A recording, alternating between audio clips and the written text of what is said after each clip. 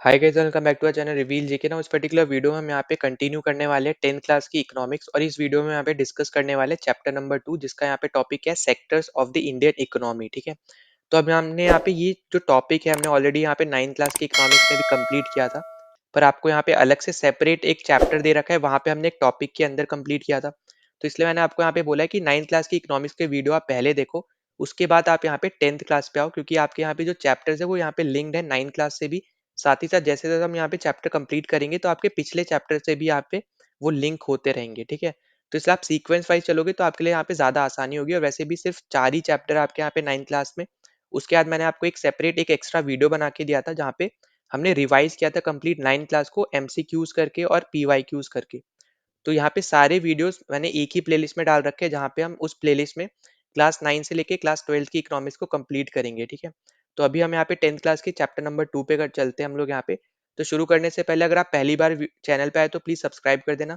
साथ ही साथ वीडियो को शेयर कर देना, वीडियो को लाइक कर देना। कोई भी सजेशन होता है या फिर कोई डाउट होता है तो वो भी आप यहाँ पे कमेंट डाउन कर सकते हो। ठीक है, तो चलो हम लोग यहाँ पे शुरू कर लेते हैं। तो हमने यहाँ पे जैसे डिस्कस किया था सेक्टर्स ऑफ इंडियन इकोनॉमी, तो हमने यहाँ पे देखा था कि जो आपके यहाँ पे इकोनॉमिक एक्टिविटीज होती है, ठीक है, तो आपके यहाँ पे रीजन में आपकी कंट्री में बहुत ज्यादा इकोनॉमिक एक्टिविटीज होती है, डिफरेंट डिफरेंट इकोनॉमिक एक्टिविटीज होती है। जैसे कुछ होती है आपकी जो यहाँ पे प्रोड्यूस करती है गुड्स को, कुछ होती है जो सर्विसेज प्रोवाइड करती हैं, फिर कुछ आपके यहाँ पे जैसे यहाँ पे अगर आपको जो इमेजेस आपको जैसे दिख रही होंगी तो यहाँ पे जैसे आप देखोगे तो यहाँ पे ये रद्दी वाले हैं। ठीक है, फिर यहाँ पे जो ईंटें बना रहे हैं ये कुली हो गए। ठीक है, फिर आपके यहाँ पे कॉटन से रिलेटेड आपके वर्कर्स हो गए। फिर आपके यहाँ पे शॉप सेलर्स हो गए। तो इन सबको जब हम एक कैटेगरी में डालते हैं या फिर ग्रुप करते हैं ना, एक जैसे आप बोल सकते हो जॉब्स को, ठीक है, तो हम उसको क्या बोलते हैं, हम सेक्टर बोलते हैं। ठीक है, तो ये इंपॉर्टेंट बस चीज है, ये आपको याद रखना है कि जब हम यहाँ पे एक जैसी जॉब्स को जब यहाँ पे ग्रुप करते हैं या फिर आप बोलो क्लासिफाई करते हैं, तो हम उनको क्या बोलते हैं, हम उसको बोलते हैं सेक्टर्स। फिर यहाँ पे आगे चलते हैं हम लोग यहाँ पे। तो देखो हमने यहाँ पे डिस्कस किया था 3 सेक्टर थे। यहाँ पे आप देखो एक है हमारे पास यहाँ पे प्राइमरी सेक्टर, दूसरा हमारे पास आ जाता है यहाँ पे सेकेंडरी सेक्टर, तीसरा हमारे पास आ जाता है यहाँ पे टर्शरी सेक्टर।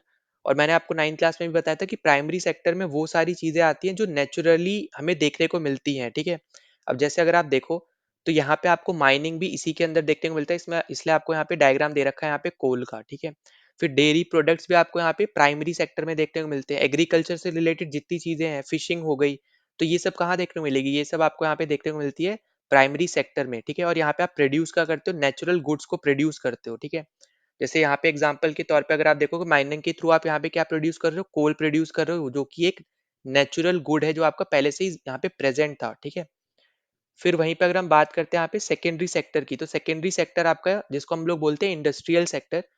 ठीक है, तो ये आपका ये क्या बनाता है बेसिकली, तो जो आपका प्राइमरी सेक्टर है उससे यहाँ पे ये सामान लेके एक प्रोडक्ट बनाता है। जैसे अब मान लो कॉटन है, ठीक है, तो कॉटन उन्होंने यहाँ पे उगाया फार्म में, कॉटन को एक कंपनी ने खरीदा, उसके हेल्प से यहाँ पे कॉटन क्लोथ बनाए, तो अब जाके वो कॉटन क्लोथ आपने आगे जाके बेचे। तो जो आपने यहाँ पे बेचा, अब यहाँ पे वो कॉटन नहीं बेचा, आपने कॉटन क्लोथ बेचा, जो कि आपका आ जाएगा यहाँ पे इंडस्ट्रियल सेक्टर के अंदर, जो कि आपका होता है सेकेंडरी सेक्टर। ठीक है, तो इसमें वो सारे सेक्टर आते हैं जैसे मैन्युफैक्चरिंग हो गया, कंस्ट्रक्शन हो गया, तो ये सब सेक्टर्स आपको सेकेंडरी सेक्टर के अंदर देखने को मिलते हैं जो इंडस्ट्री वाले होते हैं। ठीक है, फिर टर्शरी की अगर हम यहाँ पे बात करते हैं तो टर्शरी में आपको देखने को मिलेगा बैंकिंग हो गया, कम्युनिकेशन हो गया, ट्रेड हो गया, ठीक है, फॉरेन ट्रेड वाला हो गया, ट्रांसपोर्ट हो गया, तो ये सब आपको देखने को मिलता है टर्शरी सेक्टर में। ठीक है, तो ये चीज आपको बस याद रखनी है। अब ना अगर हम यहाँ पे आगे बात करते हैं, तो जैसे आपको यहाँ पे एग्जांपल दे रखा है कल्टीवेशन ऑफ कॉटन का। ठीक है, तो यहाँ पे आपका जो कॉटन है बेसिकली यहाँ पे जब भी बात करेंगे कल्टीवेशन की, तो ये आपका मेनली डिपेंड करता है नेचुरल फैक्टर्स पे। अब नेचुरल फैक्टर्स आपके यहाँ पे जैसे कौन कौन से रहने वाले, जैसे रेनफॉल हो गया, जितनी रेनफॉल होगी उसके अकॉर्डिंग, क्योंकि कॉटन को ज्यादा पानी चाहिए होता है ना। फिर सनशाइन हो गया, मतलब सनलाइट बेसिकली। फिर क्लाइमेट के ऊपर भी आपका ये डिपेंड रहता है। तो जो आपको प्राइमरी सेक्टर में दिख रहे हैं ये सब चीजें आपकी यहाँ पे नेचुरल जो चीजें हैं, ये आपकी नेचुरल फैक्टर्स के ऊपर भी डिपेंड करती हैं। ठीक है, अब जैसे अगर हम बात करते हैं यहाँ पे डेयरी की, ठीक है, तो डेयरी में आपके जो मिल्क प्रोडक्ट्स हो गए उनकी हम बात करते हैं, तो यहाँ पे ये डिपेंड करता है बायोलॉजिकल प्रोसेस पे। ठीक है, तो ये चीज बस आपको यहाँ पे याद रखनी है। जैसे आपका मिल्क आपका एग्जांपल होता है डेयरी का, जो कि आपका प्राइमरी सेक्टर के अंदर ही आता है। फिर आपके जो मिनरल है, जैसे अभी हमने बात की कोल, कोल आपका मिनरल हो गया, तो ये भी आपका किसके अंदर आएगा, माइनिंग के अंदर। माइनिंग आपका किसके अंदर आता है, प्राइमरी सेक्टर के अंदर। ठीक है, और प्राइमरी सेक्टर को हम लोग बेस सेक्टर भी बोलते हैं। ठीक है, तो ये भी आपको यहाँ पे याद रखना है। तो यहाँ पे जैसे आप देखोगे, तो जैसे आपने यहाँ पे कॉटन बन के बाद आपने कोई शर्ट बनाई, या फिर आपने कोई कार बनाई, ठीक है? तो यहाँ पे जो भी आप बना रहे हो ना इंडस्ट्री में, तो ये सब आप किसके हेल्प से बना पा रहे हो? जो आप यहाँ पे प्रोड्यूस कर रहे हो प्राइमरी सेक्टर में, ठीक है? तो ये पॉइंट आपके लिए इम्पोर्टेंट है कि जितनी भी चीज़ें आप यहाँ पे यूज़ कर रहे हो ना सेकेंडरी सेक्टर में, वो सब आप यहाँ पे प्रोड्यूस कर चुके हो प्राइमरी सेक्टर में, ठीक? उसकी हेल्प से आपने सेकेंडरी सेक्टर की हेल्प फिर उसमें कुछ चीज़ बनाई और फिर उसको आप आगे जाके आपने उसको बेचा, ठीक है? इसलिए हम यहाँ पे क्या बोल रहे हैं कि जो आपका प्राइमरी सेक्टर है वो आपका क्या है? बेस सेक्टर है, ठीक है? इसके अंदर आपका एग्रीकल्चर, डेयरी, फिशिंग, फॉरेस्ट्री ये सब आ जाएगा, कोल माइनिंग ये सब, ठीक? और यहाँ पे आपको ज़्यादातर एग्रीकल्चर से रिलेटेड सेक्टर आप बोल सकते हो इसको देखने को मिलेगा, ठीक है? फिर सेकेंडरी सेक्टर में ऑलरेडी आपको बता चुका हूँ। यहाँ पे हमने नेचुरल प्रोडक्ट को एक सेपरेट फॉर्म में हमने यहाँ पे कन्वर्ट किया। जैसे कॉटन आपका नेचुरल आपका प्रोडक्ट था, उसकी हेल्प से हमने यहाँ पे क्या बनाई? शर्ट बनाई। उसको फिर हमने आगे जाके बेचा। मतलब हमने यहाँ पे नेचुरल प्रोडक्ट की हेल्प से हमने अपना एक प्रोडक्ट बनाया जिसको हमने आगे जाके बेचा। हमने डायरेक्टली नेचुरल प्रोडक्ट नहीं बेचा, ठीक है? तो ये चीज़ बस आपको यहाँ पे समझनी है इनके बीच में क्या डिफरेंस है, ठीक? तो यहाँ पे हम ऑलरेडी ये सब डिस्कस कर चुके हैं और हमने अभी देखा था, हमने बात भी की थी कि आपका इसी सेक्टर को हम क्या बोलते हैं? इंडस्ट्रियल सेक्टर बोलते हैं। और यहाँ पे आपको बिल्डिंग्स हो गया, कंस्ट्रक्शन, मैन्युफैक्चरिंग ये सब आपके यहाँ पे सेकेंडरी सेक्टर के अंदर आपको देखने को मिलेगा। वहीं पे आपका अगर हम बात करते हैं टर्शरी सेक्टर, तो टर्शरी सेक्टर एक ऐसा सेक्टर है जो कि आपका दोनों ही सेक्टर को हेल्प करता है, ठीक है? अब जैसे प्राइम अगर हम बात करते हैं यहाँ पे सेकेंडरी सेक्टर की, तो वो आपको ज़्यादा हेल्प करेगा प्राइमरी सेक्टर को, क्योंकि वहाँ से वो सामान खरीदेगा, ठीक? फिर बनाएगा कुछ और ऐसा आप समझ सकते हो बेसिकली कि तीनों सेक्टर ना आपस में लिंक है। मतलब प्राइमरी सेक्टर आपका हेल्प करता है टर्शरी को, सेकेंडरी आपका हेल्प करता है प्राइमरी और टर्शरी को, और टर्शरी सेक्टर आपका हेल्प करता है यहाँ पे प्राइमरी और सेकेंडरी को। मतलब तीनों ही आपके आप बोल सकते हो कि सर्कल में एक दूसरे से कनेक्टेड है, ठीक है? फिर अगर हम यहाँ पे आगे बात करते हैं, तो टर्शरी सेक्टर में आपको देखने को मिलेंगे जैसे चीज़ें हमने ऐसे बात करी थी कि आपका यहाँ पे बैंकिंग हो गया, ठीक है? बैंकिंग के अलावा अगर आप देखो कम्युनिकेशन हो गया, अगर आपको स्टोरेज चाहिए, गोडाउन्स वगैरह तो वो भी आपके इसी में आते हैं, ट्रांसपोर्ट करवाना है कुछ तो ट्रांसपोर्ट सेक्टर भी आपका इसी के अंदर आता है, ट्रेड भी इसी के अंदर आएगा, ठीक है? फिर आपका यहाँ पे आईटी सेक्टर सब कुछ इसी के अंदर आएगा, जो यहाँ पे मेजर मेजर सेक्टर्स अभी आप प्रेजेंट में अर्बन एरियाज में आप जो देखते हो, तो वो सारे सेक्टर बेसिकली आपके टर्शरी सेक्टर में आएंगे, ठीक है? ज़्यादा से ज़्यादा, ठीक? तो हमने यहाँ पे इसको हम लोग क्या बोलते हैं? इसको हम लोग सर्विस सेक्टर के नाम से भी हम लोग यहाँ पे इसको जानते हैं, ठीक है? तो ये जो इम्पोर्टेंट है ना, जैसे प्राइमरी को हम लोग बेस सेक्टर बोलते हैं, फिर सेकेंडरी को हम लोग यहाँ पे इंडस्ट्रियल सेक्टर बोलते हैं, फिर टर्शरी को हम लोग यहाँ पे सर्विस सेक्टर बोलते हैं। तो ये सब चीज़ें आपको यहाँ पे सिंपल सी चीज़ें ये सब पता होना चाहिए, ठीक है?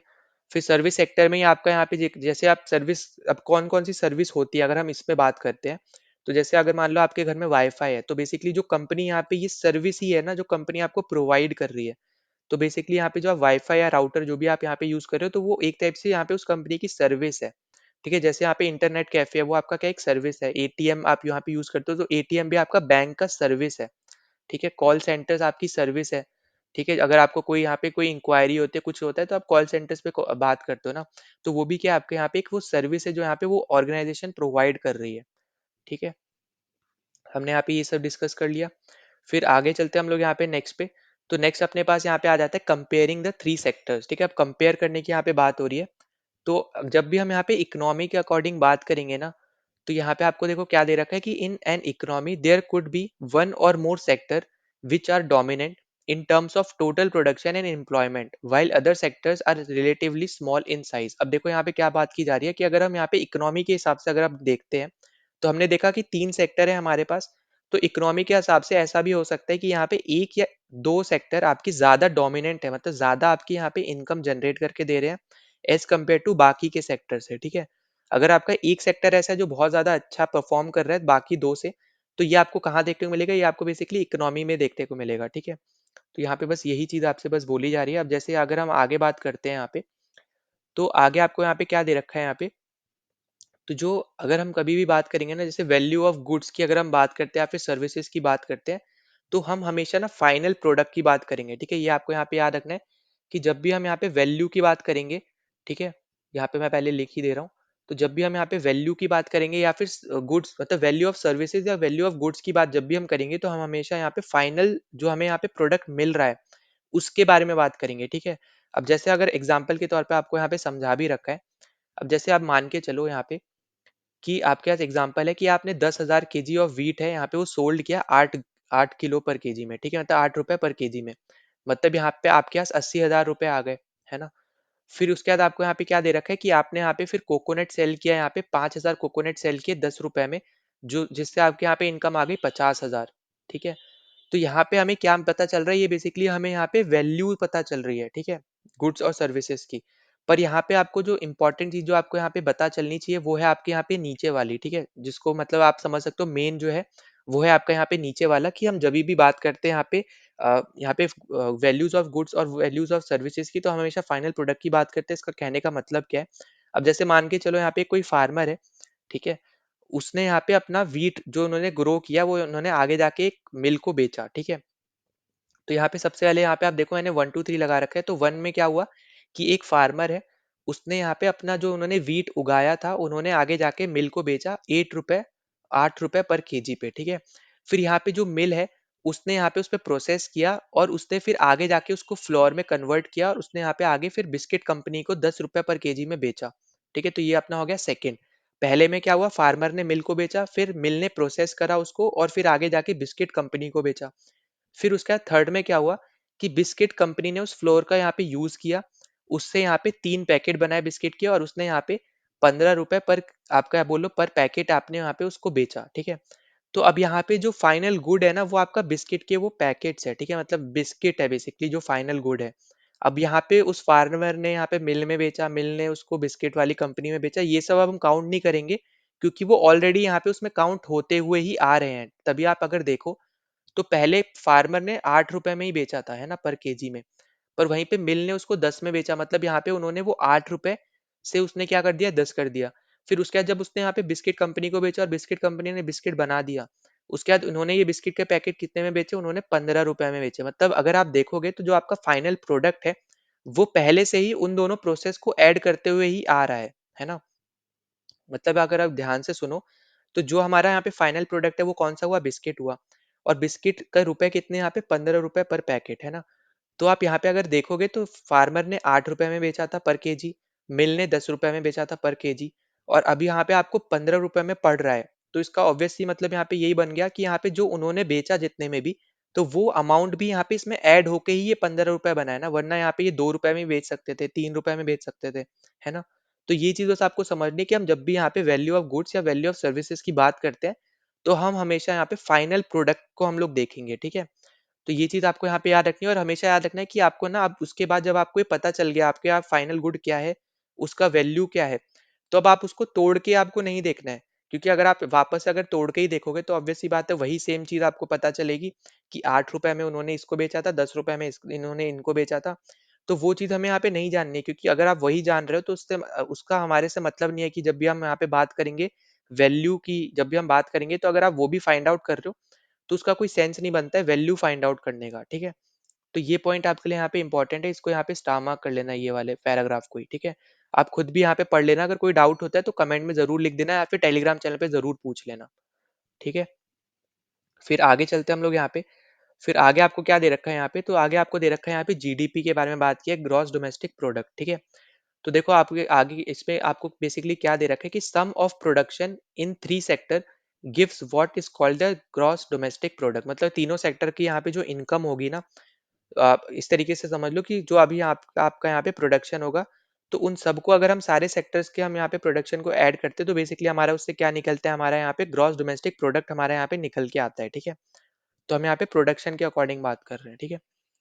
और हम हमेशा यहाँ पे क्या लेके चलेंगे, फाइनल गुड्स लेके चलेंगे, यहाँ पे बार बार बोल रहा हूँ फाइनल गुड्स लेंगे, ठीक है। क्या क्या चीजें यूज हुई हैं उसको बनाने में वो हम नहीं देखेंगे, जैसा मान के चलो आप लैपटॉप यूज कर रहे हो, आप मोबाइल फोन यूज कर रहे हो, तो आप यहाँ पे मोबाइल फोन का प्राइस देखोगे, ठीक है, ना कि उसमें जो जो आपकी बैटरी कितने की आई है, आपका कैमरा कितने का लगा है, उसमें कितने का ट्रांसमीटर लगा है उसमें, या जो भी चीज यहाँ पे यूज हो रही है, ठीक है। तो वो सब आप यहाँ पे नहीं देखोगे, अब आप क्या देखोगे, ओवरऑल प्राइस जो है यहाँ पे आपका जो प्रोडक्ट बन के आया फाइनल प्रोडक्ट, जो कि आपका है यहाँ पे मोबाइल फोन, तो वो कितने का मिल रहा है वो हम यहाँ पे बात करेंगे, ठीक है। क्योंकि आपका एट द एंड प्रॉफिट कमाने के लिए भी लोग आपका क्या करेंगे, जो जो उन्होंने इंस्ट्रूमेंट जो जो यहाँ पे यूज किए, जो जो यहाँ पे छोटी छोटी चीजें यूज की मोबाइल फोन बनाने में, तो उन सब का भी प्राइस यहाँ पे वो फोन के प्राइस में ऐड किया ही होगा ना, ऑब्वियस सी बात है, तभी तो उनको प्रॉफिट होगा। अगर यहाँ पे मान लो अगर वो सारी चीजें मिला के अगर 10,000 की और वो फोन 5,000 में बेच रहे हैं, तो उनको तो 5,000 का लॉस हो रहा है, तो वो तो ऐसा करेंगे नहीं। तो इसलिए हम यहाँ पे बोल रहे हैं कि हमेशा फाइनल प्रोडक्ट को आपको देख के चलना है, ठीक है। फिर अब आगे चलते हैं हम लोग यहाँ पे। तो आगे आपको देखने को मिलेगा यहाँ पे हिस्टोरिकल चेंज इन सेक्टर्स।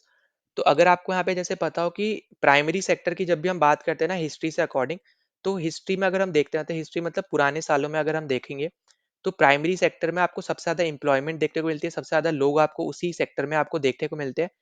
पर अगर आप प्रेज़ेंट टाइम में अगर आप देखो, तो प्रेज़ेंट टाइम में आपका जो टर्शरी सेक्टर है, वो आपका बहुत ज़्यादा आपका ग्रो कर रहा है, जिसमें आपको एम्प्लॉयमेंट भी देखने को मिलती है, ठीक है? तो यहाँ पे आपको देखो जैसे क्या दे रखा है, primary sector was the most important sector of the economic activity, कहाँ पे? हिस्ट्री में, ठीक है? मतलब पिछले सालों में।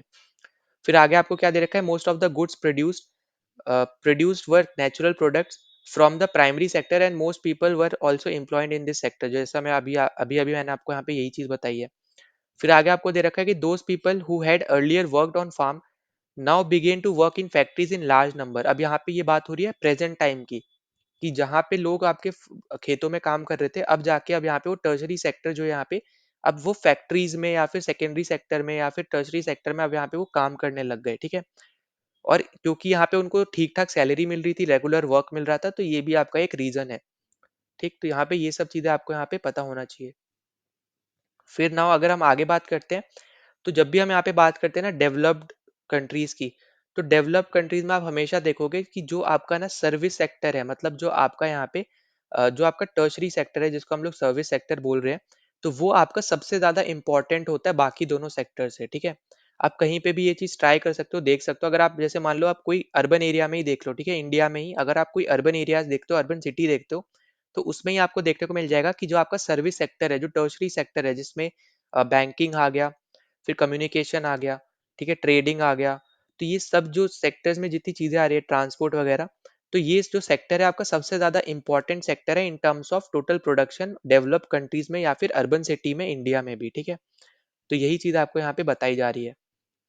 फिर नेक्स्ट आपको यहाँ पे कंपैरिजन दे रखा है। तो देखो यहाँ पे आपको ग्राफ वन में क्या दे रखा है, अगर आप देखो, तो ग्राफ वन में आपको यहाँ पे 2 साल दे रखे हैं, यहाँ पे 1973 से 74 और 2013 से यहाँ पे 2014, ठीक है? तो यहाँ पे अगर आप देखो, तो पहले जो आपको साल दे रखे हैं, यहाँ पे ऑलमोस्ट तीनों ही सेक्टर इक्वली हैं, ठीक है? पर वहीं पे अगर आप देखोगे यहाँ पे 2013 और 2014 में आपका जो यहाँ पे टर्शरी सेक्टर है, वो आपका देखो यहाँ पे कितना ज्यादा ग्रो कर गया, ठीक है? ग्रो तो आपके तीनों करे हैं, पर अगर आप देखोगे सबसे ज्यादा ग्रो कौन सा करा है, वो आपका करा है यहाँ पे टर्शरी सेक्टर। तो आपको यहाँ पे इससे आपको आइडिया लग रहा है यहाँ पे कि क्यों वो सबसे ज्यादा इंपॉर्टेंट है आपका यहाँ पे डेवलप कंट्रीज में भी, क्योंकि यहाँ पे एम्प्लॉयमेंट भी प्रोवाइड कर रहा है लोगों को भी, ठीक है? फिर हम यहाँ पे आगे बात करते हैं, अगला आपका ये टॉपिक है यहाँ पे rising importance of the tertiary sector in production.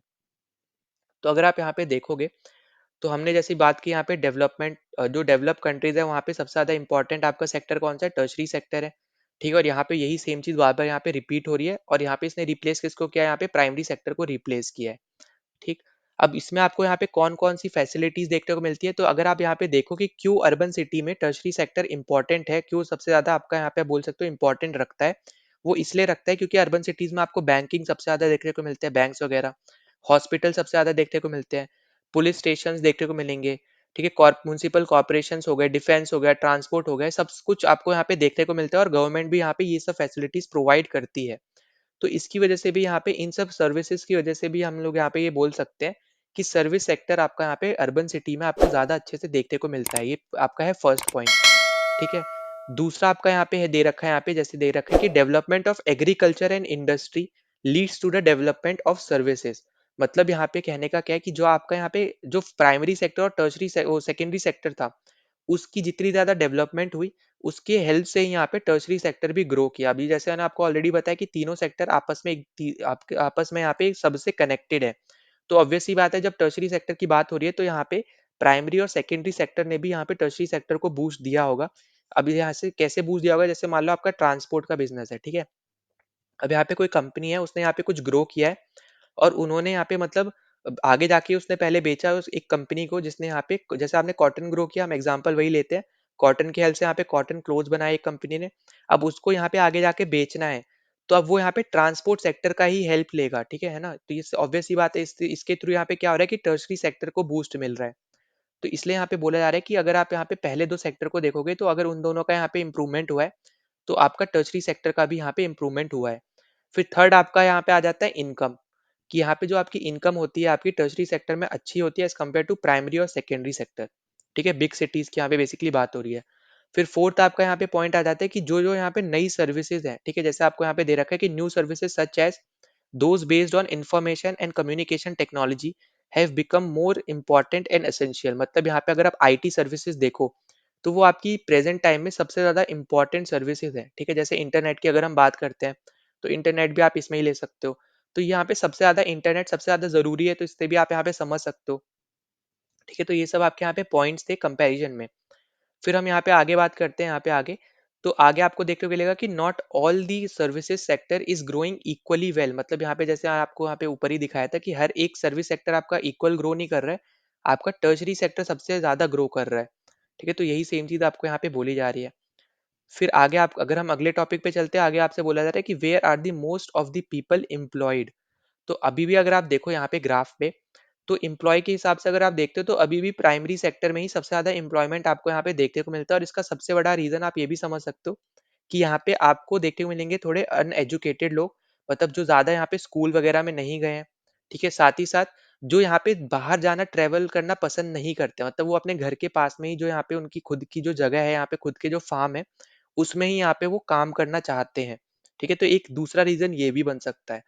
तो इसलिए आपको देखने को मिलेगा कि अभी यहाँ पे कम हुआ है, पर तभी भी अगर आप देखो तो कंपैरिजन अगर आप करो तो अभी भी जो यहाँ पे लोग हैं वो सबसे ज्यादा एम्प्लॉयड कौन से सेक्टर के थ्रू हैं, वो आपका है प्राइमरी सेक्टर, ठीक है, प्रेजेंट टाइम में भी। तो यही आपको यहाँ पे भी दे रखा है, ठीक है। फिर अगर हम यहाँ पे आगे बात करते हैं नेक्स्ट में, तो नेक्स्ट आपको यहाँ पे देखने को मिलेगा आगे में कि if you move a few people out production will not be affected. अब यहाँ पे इसका कहने का मतलब क्या है कि अगर आप यहाँ पे जैसे देखोगे प्राइमरी सेक्टर में अगर आप यहाँ पे किसी फार्म में काम कर रहे हो, ठीक है, अब वहां पे जरूरत सिर्फ दो लोगों की है पर आपका पूरा परिवार उसमें काम कर रहा है, तो आप एक तरीके से ये समझ सकते हो कि वो आपके अंडर एम्प्लॉयड है। मतलब यहाँ पे जितनी उनकी स्किल है वो आपकी यहाँ पे वो कंप्लीटली स्किल को यूटिलाइज नहीं कर पा रहे, क्योंकि जहाँ पे सिर्फ दो ही लोग चाहिए थे उस फार्म को कल्टीवेट करने के लिए, वहां पे 5 लोग मिलके उस फार्म पे काम कर रहे हैं, जबकि 2 लोग से यहाँ पे वो इजीली हो सकता था। तो इसलिए आपके जो बचे हुए लोग हैं वो आपके क्या हो गए, अंडर एम्प्लॉयड हो गए, जो अपनी फुल पोटेंशियल के फुल आपकी स्किल पे काम नहीं कर पा रहे हैं, ठीक है। तो ये सब आपको यहाँ पे याद रखना है। तो इससे आप क्या पता कर पा रहे हो कि अगर आप मान लो कि वो 5 में से, क्योंकि आपको 2 ही चाहिए, अगर आप वो 3 लोग को हटा देते हो ना, तब भी आपके प्रोडक्शन पे कोई फर्क नहीं पड़ेगा, ठीक है। ये चीज आपको बस समझनी है यहाँ पे, ठीक है। तो अंडर एम्प्लॉयड आपको यहाँ पे समझना है कि अंडर एम्प्लॉयड क्या होता है, और यही आपका टर्म होता है डिसगाइज्ड अनएम्प्लॉयमेंट, जो हमने यहाँ पे 9th क्लास में भी पढ़ रखा है। तो डिसगाइज्ड अनएम्प्लॉयमेंट क्या है कि जहां आपको जरूरत थी सिर्फ 2 लोग की, पर आपने ज्यादा को आप बोल सकते हो एम्प्लॉय कर दिया, ठीक है। तो जो बचे हुए जो लोग हैं वो आपके क्या हो गए, डिसगाइज अनएम्प्लॉयमेंट हो गए उनके लिए, ठीक है वो। तो यही आपको बस याद रखनी है ये चीज। नाउ बाकी जगह पे भी आपको अंडर एम्प्लॉयमेंट देखने को मिल सकती है, बाकी सेक्टर्स में भी। जैसे अगर हम बात करते हैं यहाँ पे, तो जैसे आपको यहाँ पे दिख रहा होगा जो पेंटर्स होते हैं, अगर मान लो आपके घर में यहाँ पे काम कराना है पेंटिंग वगैरह का, तो उसमें अगर आपको एक ही इंसान चाहिए और 2 लोग अगर वो आ रहे हैं, तो आपको दिख रहा है कि आपके ये सब क्या है, यहाँ पे बेसिकली कैजुअल वर्कर्स हैं। तो ये भी आपके यहाँ पे आप बोल सकते हो डिसगाइज अनएम्प्लॉयमेंट ही है ये भी, ठीक है। तो ये पूरे में बस वही चीज आपको यहाँ पे समझाई गई है। फिर हम आगे चलते हैं यहाँ पे, तो आगे आपको एक एग्जाम्पल के तौर पे यहाँ पे समझा रखा है, ठीक है। तो how to create more employment आपको यहाँ पे एक टॉपिक में दे रखा है। तो आपको एक केस दे रखा है बेसिकली यहाँ पे एक फीमेल का, यहाँ पे जिसका नाम है यहाँ पे लक्ष्मी, ठीक है। तो यहाँ पे आपको क्या बोला जा रहा है कि the government can spend more some money and bank can provide a loan. मतलब यहाँ पे बोला जा रहा है यहाँ पे कि किस तरीके से आप यहाँ पे हेल्प कर सकते हो, बेसिकली किस तरीके से आप यहाँ पे एम्प्लॉयमेंट यहाँ पे बढ़ा सकते हो। तो वो आपके यहाँ पे हेल्प कर सकते हैं गवर्नमेंट या फिर बैंक, ठीक है। ताकि यहाँ पे इन फीमेल के अगर आप यहाँ पे वेल वगैरह आप बना देते हो, तो अब इसकी वजह से यहाँ पे क्या होगा कि यहाँ पे ज्यादा क्रॉप्स को यहाँ पे ग्रो कर पाएंगी, क्योंकि इरिगेशन फैसिलिटी इनको मिल जाएगी, ठीक। और हर सीजन में बेसिकली एक ना एक क्रॉप को तो यहाँ पे इजिली ग्रो कर सकती है, जिनके थ्रू यहाँ पे ये पैसे भी कमा सकती हैं, ठीक। फिर अगर हम आगे बात करते हैं तो नेक्स्ट अपना यहाँ पे हो जाएगा जैसे कैनाल्स हो गया, तो कैनाल्स आपके इरिगेशन फैसिलिटी प्रोवाइड कर देंगे। तो आपका अगर गवर्नमेंट यहाँ पे कैनाल बना रही है तो वो भी आपका एक प्लस पॉइंट हो जाएगा यहाँ पे। फिर अगर हम आगे बात करते हैं यहाँ पे, तो आपका आगे हो जाएगा जैसे अब यहाँ पे जो आपको फीमेल दे रखी थी, तो यहाँ पे उनको अगर कोई क्रॉप ग्रो करनी है तो उनको यहाँ पे कुछ चीजें चाहिए होंगी, जैसे फर्टिलाइजर्स हो गए, सीड हो गए, फिर आपके एग्रीकल्चर इक्विपमेंट्स वगैरह हो गए। तो इन सब के लिए उनको बोरो करना पड़ेगा यहाँ पे रुपए को, है ना। तो अगर वो यहाँ पे मनी लेंडर्स के थ्रू अगर वो बोरो करती है, तो ऑब्वियसली बात है जो मनी लेंडर होते हैं वो आपके हाई इंटरेस्ट पे लोन्स देते हैं। और वो आपके यहाँ पे अब बस इतना बोल सकते हो कि उनको कोई डॉक्यूमेंटेशन देने की जरूरत नहीं होती मनी लेंडर्स को, क्योंकि यहाँ पे वो जो मनी लेंडर्स हैं वो यहाँ पे उस पर्सन को जानते हैं। तो इसलिए वो ईज़िली उनको पैसे दे सकते हैं। पर यहाँ पे आपको जो चीज़ याद रखनी है कि आपको यहाँ पे हाई रेट पे लोन मिलेगा। अगर आपका यहाँ पे वो क्रॉप प्रोडक्शन नहीं होता है, किसी तरह से अगर मान लो खराब हो जाता है प्रोडक्शन, तो उस केस में आपने जो यहाँ पे उनको गिरवी रख रखी होंगी कुछ चीज़ें, वो आपको यहाँ पे उनको देनी पड़ती है। वहीं पे आप यहाँ पे किस तरीके से बच सकते हो, तो आप यहाँ पे यूज़ कर सकते हो यहाँ पे बैंक वगैरह, ठीक है? बैंक आप यहाँ पे यूज़ कर सकते हो मनी लेने के लिए, लोन लेने के लिए वगैरह, है ना? तो ये चीज़ आपको यहाँ पे याद रखनी है। अब जैसे यहाँ पे तो दे रखा है आपको कि मनी लेंडर से उन्होंने रुपए लिए, जिसके थ्रू यहाँ पे उन्होंने आप बोल सकते हो यहाँ पे उनका हाई इंटरेस्ट रेट तो था, पर यहाँ पे लोकल बैंक से अगर उनको क्रेडिट मिलता है एक रीजनल आप बोल सकते हो रेट ऑफ इंटरेस्ट पे, तो इससे आपका क्या हो जाएगा कि उनको चीपली बेसिकली यहाँ पे सामान भी मिल गया, प्रोडक्शन से जो रुपए आएँगे, फिर वो यहाँ पे आगे जाके वो बेच के बैंक का लोन चुका सकती है और बचे हुए जो उनके प्रोडक्ट हैं, उनको अगर उनको स्टोरेज में रखना है ना, तो बैंक ऐसा आपको प्रोवाइड करता है कि अगर मान लो आपका कोई फार्मर है और उन्होंने यहाँ पे बैंक से कोई लोन ले रखा है, ठीक है? और अगर उन्होंने लोन रीपेमेंट कर दिया, ठीक है, यहाँ पे, तो अब क्या करेगा कि बैंक आपको अलाउ करता है कि आपको कुछ स्टोरेज के लिए भी यहाँ पे वो लोन देता है। ठीक है? तो ये चीज़ आपको यहाँ पे याद रखनी है कि यहाँ पे अगर मान लो कोल्ड स्टोरेज के लिए अगर आपको अब लोन चाहिए, अगर आपने पहले भी लोन ले रखा है क्रॉप के प्रोडक्शन के लिए और आपने उसको रीपेमेंट कर दिया, तो आपको जो बैंक है यहाँ पे वो कोल्ड स्टोरेज के लिए भी लोन देता है। ठीक है? तो ये पॉइंट आपके लिए यहाँ पे इंपॉर्टेंट है, ये आपको यहाँ पे याद रखना है। ठीक? फिर आगे आपको वही सेम चीज़ें दे रखी हैं। फिर अगर हम यहाँ पे आगे बात करते हैं, तो अगर आप देखोगे यहाँ पे तो जो आपका नीति आयोग है, तो यहाँ पे इन्होंने भी बोला था अभी यहाँ पे सेम टॉपिक ही चल रहा है बेसिकली कि एम्प्लॉयमेंट कैसे बढ़ाएँ, ठीक है? तो यहाँ पे जो आपका नीति आयोग है जिसको पहले नाम उसका नाम क्या था यहाँ पे प्लानिंग कमीशन नाम था। तो उन्होंने यहाँ पे रिपोर्ट में बताया भी था कि यहाँ पे सिर्फ़ और सिर्फ़ एजुकेशन सेक्टर में ही हम यहाँ पे 20 लाख जॉब्स यहाँ पे हम क्रिएट कर सकते हैं, ठीक है? फिर साथ ही साथ जो आपके यहाँ पे हेल्थ सिचुएशन अगर हम प्रेज़ेंट टाइम में देखते हैं, अभी भी आप अगर देखोगे तो गाँव में करेक्ट हेल्थ फैसिलिटीज़ नहीं है। तो अगर हर गाँव में भी अगर हम पहुँचाते तो हेल्थ सेक्टर के थ्रू भी हम लोग यहाँ पे एम्प्लॉयमेंट प्रोड्यूस कर सकते हैं, ठीक है? फिर साथ ही साथ जो आपका टूरिज़्म सेक्टर है उसके थ्रू भी हम यहाँ पे क्या कर सकते हैं अपने यहाँ पे एम्प्लॉयमेंट प्रोड्यूस कर सकते हैं। अपना टूरिज़्म सेक्टर को जितना ज़्यादा हम यहाँ पे प्रमोट करेंगे और इसके थ्रू भी यहाँ पे इन्होंने बताया था यहाँ पे प्लानिंग कमीशन ने या फिर आप बोलो नीति आयोग ने कि अगर हम यहाँ पे अपने टूरिज़्म सेक्टर को इम्प्रूव करते हैं, तो हम यहाँ पे एडिशनल 35 लैक्स पीपल को एम्प्लॉय कर सकते हैं। तो आप यहाँ पे समझ पा रहे हो कि यहाँ पे हर एक सेक्टर अगर आप बस यहाँ पे इम्प्रूव कर दो, तो आप यहाँ पे कितने ज़्यादा लोगों को यहाँ पे आप जॉब क्रिएट कर सकते हो, उन लोगों के लिए एम्प्लॉयमेंट आप यहाँ पे प्रोड्यूस कर सकते हो, है ना? उसके बाद अगर हम यहाँ पे आगे बात करते हैं, तो यहाँ पे अब देखो मनरेगा की बात हो रही है, तो मनरेगा हमने 9th क्लास में ऑलरेडी डिस्कस किया था। मनरेगा क्या था यहाँ पे जहाँ पे हर एक हाउस होल्ड के एक इंसान को 100 डेज़ के लिए गवर्नमेंट यहाँ पे जॉब अपॉर्च्युनिटी देती है, काम करने की यहाँ पे सुविधा देती है बेसिकली। ताकि यहाँ पे उनके पास एक रेगुलर वेज यहाँ पे आ सके, ठीक है? तो 100 दिन के लिए यहाँ पे उनको काम मिलता है और आपको यहाँ पे ऑलरेडी बता चुका हूँ कि 1/3 यहाँ पे जो काम होती है ना, जो जॉब्स होती हैं, वो रिज़र्व होती है यहाँ पे वुमेन्स के लिए। तो हमने यहाँ पे अच्छे से डिस्कस कर रखा है 9th क्लास में, ठीक है? तो इसलिए आपसे बार-बार बोल रहा हूँ कि 9th क्लास को पहले आपको करना है, उसके बाद आपको यहाँ पे 10th में आना है। अब उसके बाद अगला यहाँ पे आ जाता है कि ऑर्गेनाइज़ और अनऑर्गेनाइज़ सेक्टर। तो अर्ग और आपका यहाँ पे अगर देखोगे ऑर्गेनाइज़ सेक्टर की बात करते हैं अगर हम, तो इसमें आपकी गवर्नमेंट जॉब्स आ गई, कोई प्राइवेट सेक्टर में अगर आप किसी बड़ी कंपनी में काम कर रहे हो तो वो सारी आ गई। अब यहाँ पे ऑर्गेनाइज़ कैसे हैं ये सब? जहाँ पे फिक्स टाइमिंग है, ठीक है? पहली चीज़ यहाँ पे क्या है फिक्स टाइमिंग है। दूसरी चीज़ यहाँ पे सैलरी उनको रेगुलरली मिल रही है। फिर तीसरी चीज़ अगर आप यहाँ पे देखोगे तो उनको यहाँ पे प्रोविडेंट फंड दे रखा है। साथ ही साथ उनको यहाँ पे हेल्थ फैसिलिटी दे रखी है, पेड हॉलिडे दे रखे हैं। तो ये सब चीज़ें अगर आप देखोगे यहाँ पे कंडीशन ऑफ वर्क्स वहाँ पे अच्छी है, टर्म्स भी अच्छी हैं। तो इन सब के हेल्प से आप यहाँ पे बोल सकते हो कि जहाँ पे ये सब चीज़ें आपको देखने को मिलती है, वो आपका कौन-सा सेक्टर होता है? ऑर्गेनाइज़ सेक्टर होता है और ज़्यादातर आपको ये गवर्नमेंट जॉब्स पे देखने को मिलेगा, ठीक है? फिर उसके बाद अगर हम यहाँ पे बात करते हैं आगे आपको एग्ज़ाम्पल दे रखा है, कोई शॉपकीपर है उनके बारे में। तो यहाँ पे आपको देखने को मिलेगा ना तो कोई फिक्स टाइमिंग है, ठीक है? ना ही कोई इनको कोई पेड हॉलिडे मिल रहा है, जब ये चाहे तब छुट्टी ले सकते हैं, पर उस टाइम पे जब ये जिस दिन भी छुट्टी लेंगे तो इनके लिए वो जॉब के लिए यहाँ पे नुकसान ही है, ठीक है? क्योंकि उस टाइम पे यहाँ पे कुछ भी पैसे नहीं कमा पाएँगे। फिर वहीं पे नेक्स्ट अगर हम बात करते हैं यहाँ पे इनके लिए कोई प्रोविडेंट फंड नहीं है, ठीक है? ना ही इनको कोई रेगुलर सैलरी मिल रही है, ठीक? तो जितना यहाँ पे ये सामान बेचेंगे उसके अकॉर्डिंग इनको यहाँ पे सैलरी मिल रही है। तो यहाँ पे ये कुछ डिफरेंसेस है ऑर्गेनाइज़ और अनऑर्गेनाइज़ सेक्टर की, ठीक है? तो यहाँ पे यही सेम चीज़ आपको यहाँ पे दे रखी है यहाँ पे कि यहाँ पे जो ऑर्गेनाइज़ सेक्टर होता है उसमें यहाँ पे रूल्स एंड रेगुलेशंस होते हैं गवर्नमेंट के, जिसको यहाँ पे सबको फॉलो करना पड़ता है, ठीक है? अब यहाँ पे ये कुछ आपको एग्ज़ाम्पल दे रखे हैं एक्ट वगैरह के। फैक्ट्री एक्ट हो गया, मिनिमम वेज एक्ट हो गया, कि मिनिमम वेज इतना रहना ही रहना है, ठीक है, एम्प्लॉय के लिए। तो इस तरीके से आप यहाँ पे सब चीज़ यहाँ पे पढ़ सकते हो, वही सेम चीज़ यहाँ पे लिखी गई है, ठीक। फिर आगे आपको यहाँ पे अनऑर्गेनाइज भी यहाँ पे ऑलरेडी बता चुका हूँ कि यहाँ पे आपको ओवर टाइम के लिए कोई रुपए नहीं मिलेंगे, जबकि यहाँ पे अगर आप करते हो तो यहाँ पे आपको मिलेंगे, ठीक। फिर अगर आप यहाँ पे देखोगे तो आपको ज़्यादा यहाँ पे पेंशन का भी सुविधा आपको देखने को मिलेगी, ठीक है। पर रियलिटी में अगर आप अभी के प्रेजेंट टाइम में देखोगे तो आपको यहाँ पे पेंशन ज़्यादातर आपकी जॉब से, गवर्नमेंट जॉब से यहाँ पे हटा दी गई है, ठीक है। सिर्फ आर्मी में आपको यहाँ पे देखने को मिलती है, वो भी यहाँ पे जो पहले से काम कर रहे हैं उनको, या फिर जो ऑफिसर्स रैंक है, क्योंकि अग्निवीर से आपकी यहाँ पे ऑलरेडी यहाँ पे सिर्फ 4 साल के अगर आप काम कर रहे हो तो वो तो ऐसे ही आपको यहाँ पे कोई पेंशन नहीं मिल रही है उसमें, ठीक है। तो ये सब चीज़ हमने यहाँ पे डिस्कस कर ली।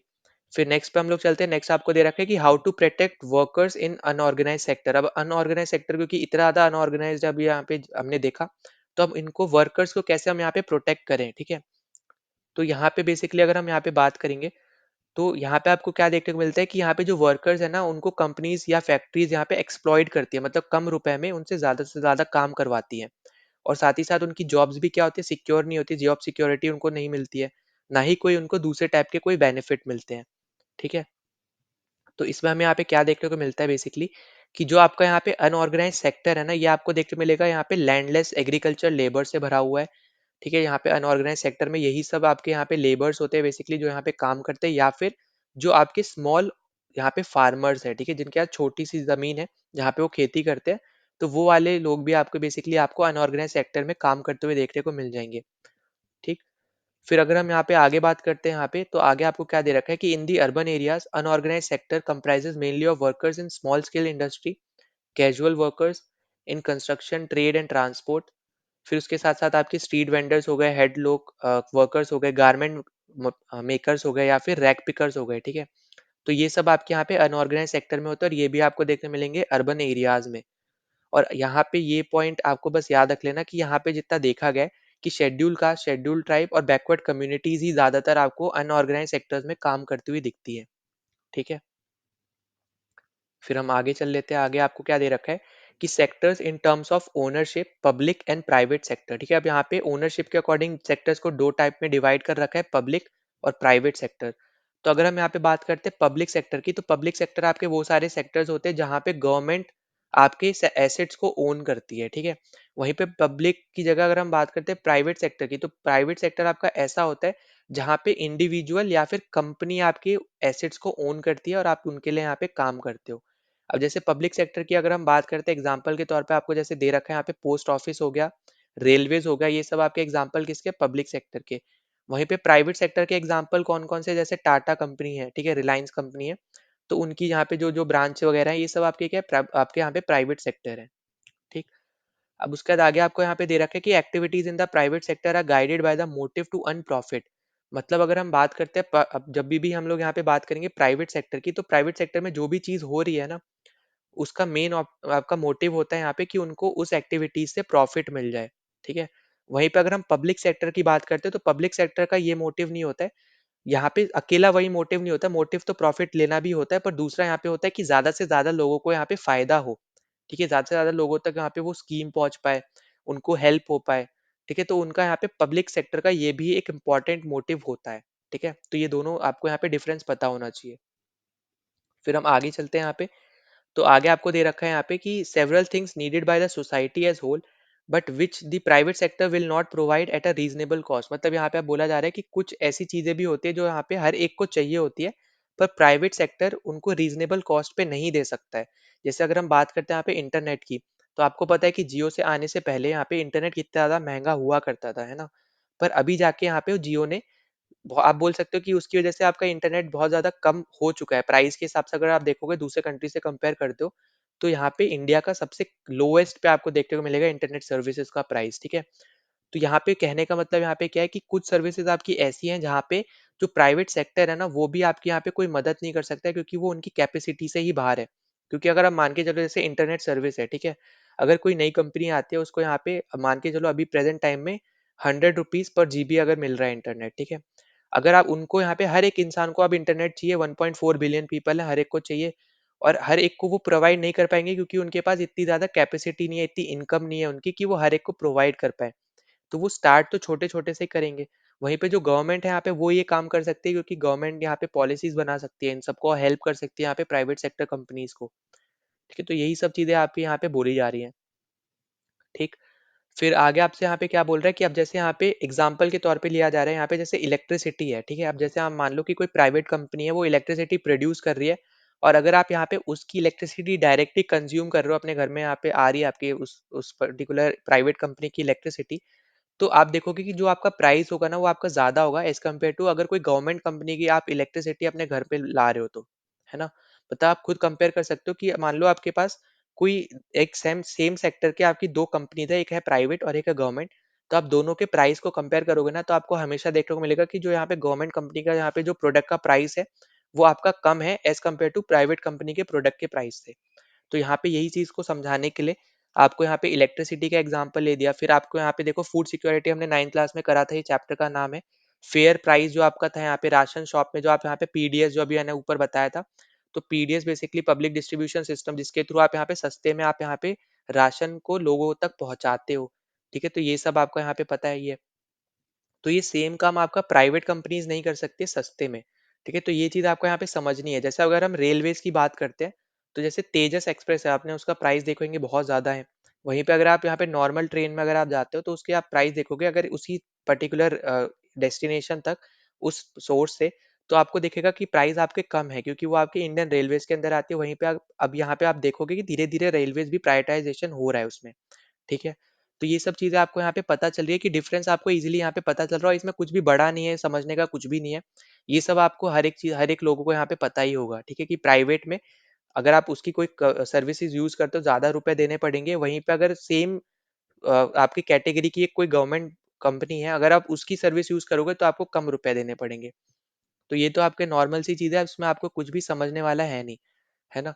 तो हमने यहाँ पे कंप्लीट चैप्टर अपना यहाँ पे डिस्कस कर लिया। अगर आपको यहाँ पे कोई भी आपको डाउट होता है, तो आप यहाँ पे कमेंट कर देना ज़रूर, ठीक है? साथ ही साथ अगर आप पहली बार चैनल पे आए तो प्लीज़ सब्सक्राइब कर देना, जितना ज़्यादा हो सकता है इस वीडियो को शेयर कर देना, वीडियो को लाइक कर देना, और कोई सजेशन होगा, कोई डाउट होता है, तो आप टेलीग्राम चैनल पे भी यहाँ पे पूछ सकते हो, तो टेलीग्राम चैनल भी जॉइन कर लेना, वहाँ पे आपको इसकी पीडीएफ भी देखने को मिल जाएगी, आपको जल्दी से जल्दी मैं प्रोवाइड भी कर दूँगा।